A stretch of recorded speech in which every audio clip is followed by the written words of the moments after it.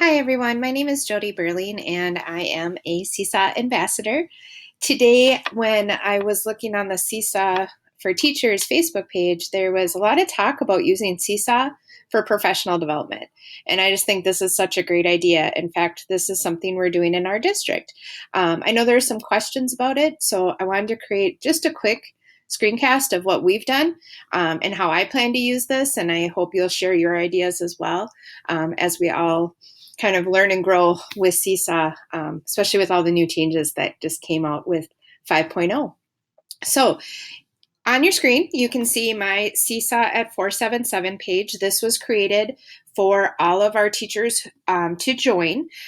We will be using Seesaw for schools for preschool all the way through fifth grade in our district this year, which is very exciting. So what I wanted to do, because I have so many teachers in our district that are completely brand new to Seesaw, was to have a class where they could see as a student what different posts look like, what different activities look like, what it looks like to get a message as a student. So they could really have the student experience, but also that this could be just the one place where I share everything Seesaw. As tech integration for preschool through 12th grade, I have a lot of information I share district wide, and it doesn't all pertain to everybody. So this is one spot where I can just solely focus on Seesaw, the updates, the information, great things that people are doing, where staff can come and check that out. So there's two ways they'll be able to do that. The first is they can join this class.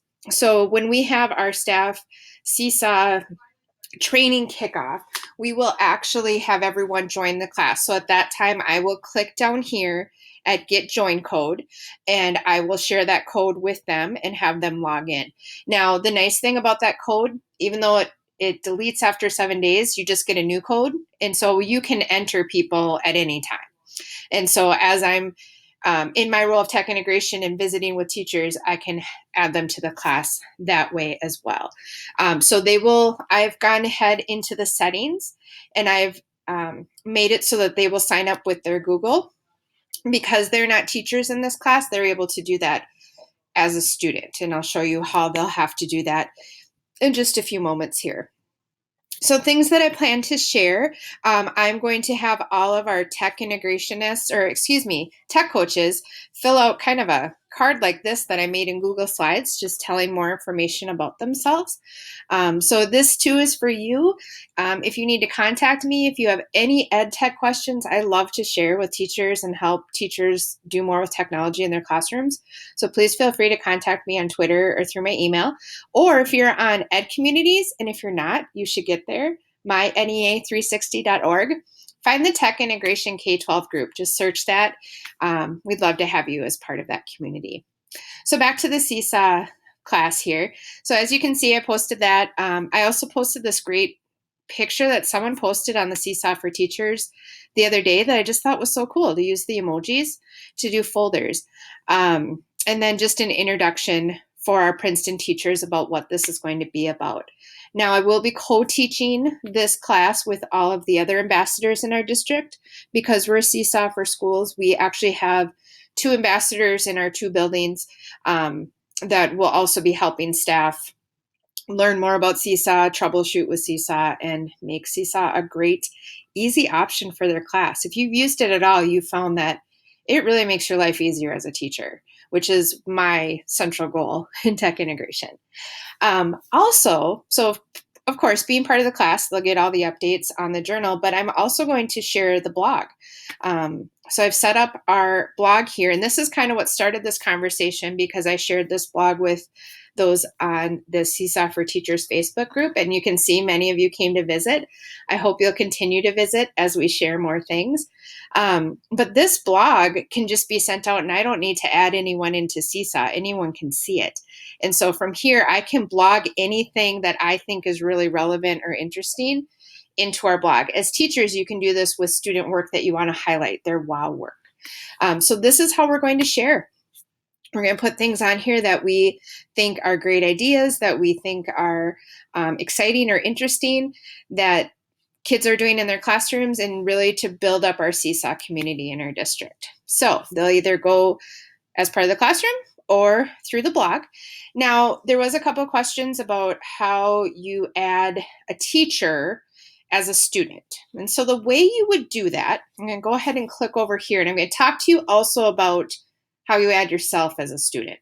So now if I click, I always click there, that's incorrect. I'm going to go over here to the settings. Click sign out. Sign out again. And then I'm also going to click here to click out of Google.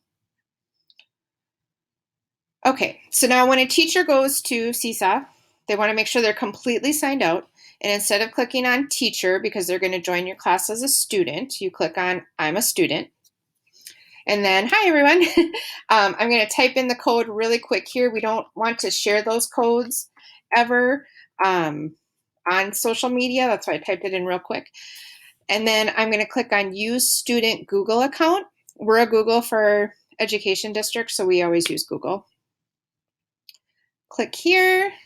And now it's going to pull up all my Google accounts. For your students, it should just pop up their one Google account, or it might actually give them a sign in to log in. So for teachers, they're probably already logged into Google or their email, so it'll give them an option. Now I'm going to actually log in with my home email so that I can log in as a student. Click on there, make sure I'll have the correct password in there. By the way, if you're not using LastPass for your passwords, I highly recommend it. And now I am already a member of this class. I already checked into this class, so I'm going to go back over here and show you what it looks like. There we go. Sorry, I didn't lock myself out of there. So now as a student, I can see the feed view and I can get any information. Also over here in the inbox, I can get any messages sent from the teacher or sent to the class or my notifications. So if you have your teachers in here, if you want to send out a message to everyone, you can send it through the inbox. You can send it through posting on the student journal page. So when you click plus here, now as a student, it pops up all 6 boxes, but as a teacher, it pops up either post to student journal or send student message. So then that's how you can communicate with your teachers, either through the inbox here, in messages, or just through posting on the class wall. So I hope that answers some questions that were out there. If you have any more questions, please contact me. I love helping teachers with all things ed technology. So feel free to contact me on Twitter, through my email, or in my NEA 360 group. Have a great day.